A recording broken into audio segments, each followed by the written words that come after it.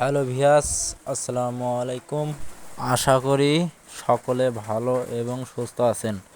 আজকের আলোচনার বিষয় হচ্ছে যে আপনারা চীনা হাঁসের বাচ্চা কিভাবে সঠিকভাবে লালন পালন করবেন, এরা দ্রুত বৃদ্ধি হবে।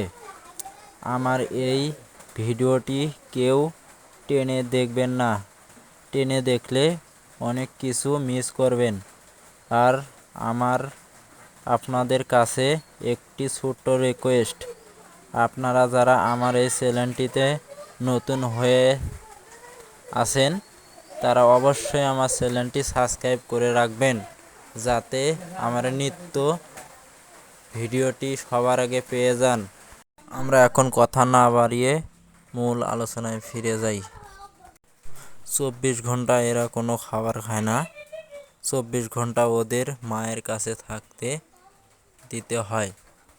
তো এরপরে আপনারা ব্রয়লার লাইভ খাওয়াবেন, আর এই ফিডটি বাজারে পাওয়া যায়, এবং ছোট ফিডটা খাওয়াবেন। এই ফিডটি সামান্য পানিতে ভেজাবেন, যাতে খেতে দেবেন।